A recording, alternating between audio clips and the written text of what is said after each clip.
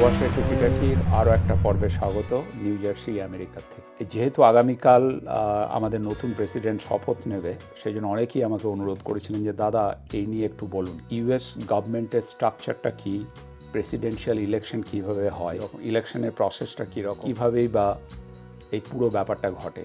তো আজকের ভিডিওতে আমি সেটা আপনাদের সঙ্গে যতটা পারবো শেয়ার করব। আর একটা ডিসক্লেমার, এটা হচ্ছে পুরোপুরি নন পলিটিক্যাল ভিডিও। আমি এখানে শুধু ইনফরমেশন শেয়ার করছি। এই ইনফরমেশন শেয়ার করতে গিয়ে দু একটা ভিডিও ক্লিপ হয়তো আমাকে দেখাতে হয়েছে আপনাদেরকে বোঝানোর জন্য, এর সঙ্গে পলিটিক্সের কোনো সম্পর্ক নেই। Thank you so much. দেখতে থাকুন, it will be very interesting. প্রথমেই আমরা ইউএস ডেমোক্রেসির যে তিনটে pillar, executive branch, legislative branch এবং জুডিশিয়াল ব্রাঞ্চ, সেই সম্বন্ধে একটু আলোচনা করছি। লেজিসলেটিভ ব্রাঞ্চ বা যেটা আইনসভা, সেখানে দুটো কক্ষ আছে কংগ্রেসে, সেনেট আর একটা হচ্ছে হাউস অফ রিপ্রেজেন্টেটিভ। এই ইউএস সেনেটে মোট 100 জন সেনেটার আছে, প্রত্যেকটা স্টেট থেকে 2 জন করে। সেই স্টেটের সাইজ যতই ছোট হোক না কেন 2 জন রিপ্রেজেন্টেটিভ থাকবে। প্রত্যেকটা সেনেটারকে 6 বছর পর পর ইলেকশনে যেতে হয়, তবে তাদের কোনো টার্ম লিমিট নেই, যতবার খুশি ইলেক্টেড হতে পারেন। আর হাউস অফ রিপ্রেজেন্টেটিভের সংখ্যা হচ্ছে 435, আর হাউস অফ রিপ্রেজেন্টেটিভদের 2 বছর করে টার্ম লিমিট, এবং তারাও যতবার খুশি ইলেকশনে দাঁড়াতে পারেন এবং কোনো টার্ম লিমিট নেই। আর যেটা লাস্ট ব্রাঞ্চ, সেটা হচ্ছে জুডিশিয়াল ব্রাঞ্চ বা বিচার বিভাগ। এই বিচার বিভাগকে নিয়ন্ত্রণ করে সুপ্রিম কোর্ট। সুপ্রিম কোর্ট হলো ইউএস এর হাইয়েস্ট জুডিশিয়াল অথরিটি, যেখানে 9 জন জাস্টিস বা বিচারপতি থাকেন। এই জাজরা সারা জীবনের জন্য অ্যাপয়েন্টেড হন। যদি তারা মারা যান কিংবা রিটায়ার করেন কিংবা রিজাইন করেন, তখন আবার একজন নতুন জাজকে নিয়োগ করা হয়। তা না হলে তারা আমরণ থাকতে পারেন এই জাজের পোস্টে।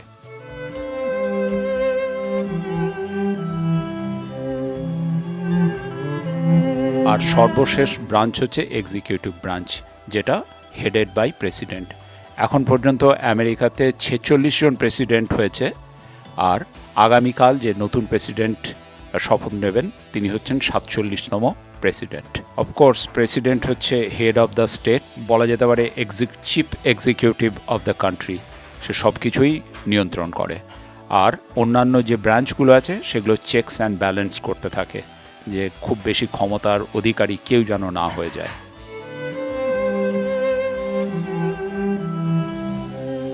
এবার আমি বলছি যে যেটার জন্য আপনারা খুবই আগ্রহী, কিভাবে ইউএসের প্রেসিডেন্ট নির্বাচিত হয়। ইউএসের প্রেসিডেন্ট নির্বাচন অ্যাকচুয়ালি একটা দীর্ঘ প্রসেস এবং তার বেশ কতগুলো ধাপ আছে। প্রথম ধাপ হচ্ছে প্রাইমারি। আপনারা বোধহয় জানেন আমেরিকায় 2টো প্রধান পলিটিক্যাল পার্টি আছে, রাজনৈতিক দল আছে। একটা হচ্ছে ডেমোক্রেটিক পার্টি আর একটা হচ্ছে Republican party. So presidential election process যখন শুরু হয়, তখন প্রত্যেকটা পার্টি প্রত্যেকটা রাজ্যে নিজেদের মধ্যে ভোটাভুটি করে একজন ক্যান্ডিডেটকে ইলেক্ট করে। প্রাইমারিও কিন্তু খুব কম্পিটিটিভ। মোটামুটি জানুয়ারি থেকে জুন পর্যন্ত নিজেদের মধ্যে এই লড়াইটা হতে থাকে, ইলেকশন হতে থাকে। সেই ইলেকশনের পর প্রত্যেকটা পার্টি নিজেদের যে ইলেক্টেড ক্যান্ডিডেট বা নমিনি, তাকে প্রেসিডেন্সিয়াল ক্যান্ডিডেট হিসেবে ডিক্লেয়ার করে। এবং যেখানে সেই ডিক্লারেশনটা করা হয়, এটাকে বলা হয় পার্টি কনভেনশন। যেমন এবছরে ডেমোক্রেটিক পার্টির নমিনি ছিল কমলা হ্যারিস, আর রিপাবলিকান পার্টির নমিনি ছিল ডোনাল্ড ট্রাম্প। এদেরকেও কিন্তু অনেকগুলো ধাপ পার হয়ে আসতে হয়েছে। তো এই ন্যাশনাল কনভেনশনের শেষে নমিনেটেড ক্যান্ডিডেটরা পার্টির কাছ থেকে ওই ক্যান্ডিডেটশিপটা অ্যাকসেপ্ট করে এবং তারপরে ক্যাম্পেইন র্যালি আবার নতুন করে শুরু করে। তো এই কনভেনশনে নমিনেটেড হয়ে যাওয়ার পর ক্যান্ডিডেটসরা সারা দেশ জুড়ে ক্যাম্পেইন করে। এই দেখুন না কতগুলো স্যাম্পল র্যালি আপনাদেরকে দেখাচ্ছি। দিন রাত ক্যান্ডিডেটরা প্রত্যেকটা রাজ্যে, প্রত্যেকটা জেলায় জেলায় ইভেন্ট যায়, যাতে জনগণের সঙ্গে সরাসরি যোগাযোগ করা যায়। This election is about the beliefs we share and the transformational power of liberty. For us to change America. Today, the time has come to turn the page. And I am determined to take our best traditions into the future Of America. We Americans have always felt a special kinship with the future. The future is not something that just happens to us, it's something that we make for ourselves. Let our legacy be about planting seeds in a garden. America is coming back and is more confident than ever about the future. I seek the presidency to build a better America. The election will not be decided by the polls. It will be decided by you. এই campaign rally ছাড়াও আর একটা critical component হলো American debate. প্রত্যেকটা candidate generally presidential ডিবেটে participate করে এবং এই ডিবেটেই ভোটারদের কাছে ক্যান্ডিডেটদের প্রকৃত পরিচয় কিছুটা উন্মোচিত হয়। No, ma'am. No, ma'am. He's a decent family man, citizen that I just happen to have disagreements with fundamental issues, and that's what this campaign is all about. He's not. Thank you. এবং ইলেকশনের আগে প্রত্যেক candidate জনগণকে ধন্যবাদ জানিয়ে তাদের campaign শেষ করে। Thank you. May God bless you. And may God bless the United States of America. এরপর আসে বহু আকাঙ্ক্ষিত election day.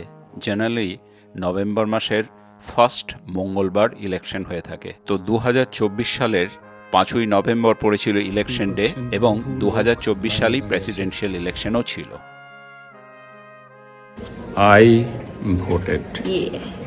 So we are done.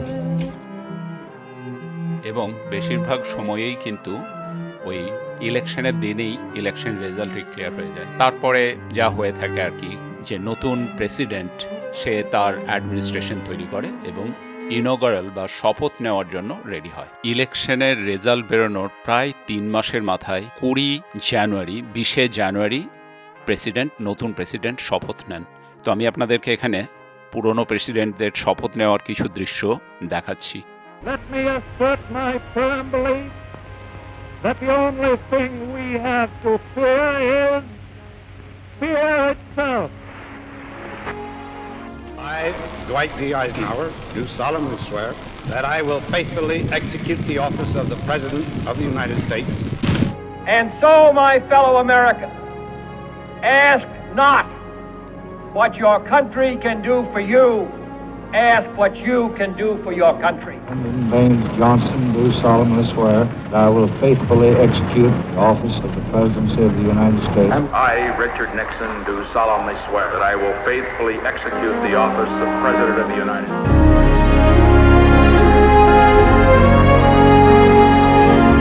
I, Jimmy Carter, do solemnly swear. I, Ronald Reagan, do solemnly swear.